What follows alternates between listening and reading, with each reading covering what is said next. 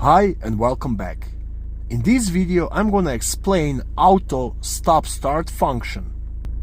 Some of key benefits are: it's gonna lower emissions, it is environment friendly, it is gonna reduce fuel consumption, and this function is most effective at city driving, where you have frequent stops and starts.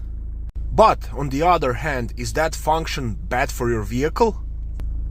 Well, it's gonna wear engine components faster, especially battery, alternator and starter. It is also not ideally if you have turbo engine. Now it's up to you to decide if you wanna use that function or not.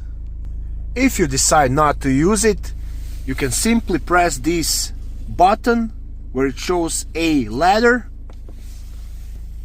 and now auto stop-start function is off. Now if you wanna save and help your engine and transmission while at stop, just switch your vehicle to neutral. And then when you need a go, just switch it to drive. I hope this video was helpful to you. If it was, please like it and consider subscribing to my channel. Thank you, bye.